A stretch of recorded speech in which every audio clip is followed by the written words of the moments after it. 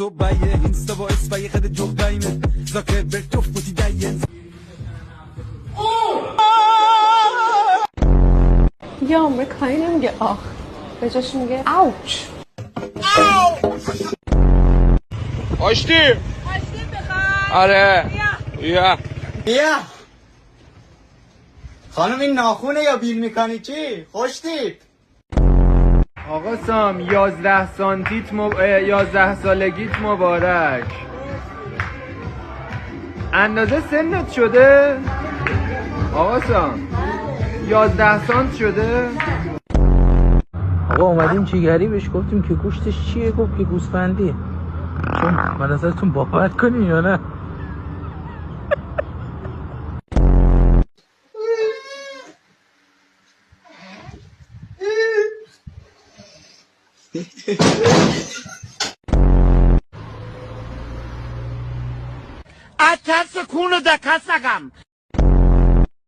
روزی دارم به این کلیپ میخندم الو سلام رفیق سلام داری ثبت نامه قرض بدی؟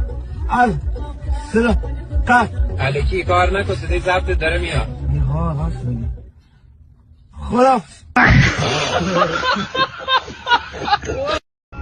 Dan gaat godverdomme die brug dicht. En voor wat? Voor die tyfus roeiboot! Doe die masten! Homo! They don't say congratulations, but you know they watch that shit.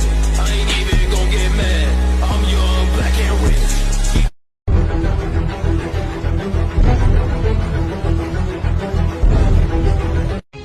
من مقبر خامنه ایم خامنه ای تا خون در رگ ما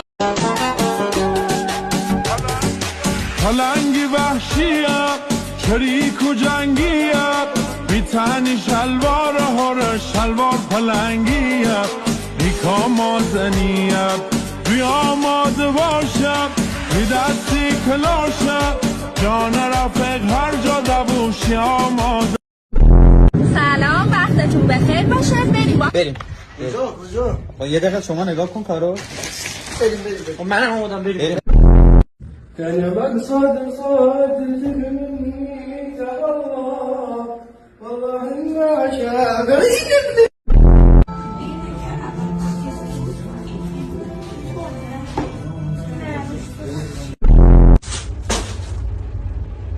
جزوتون افتاد آقا خب من عاشقتون شدم بکنم من میگفتم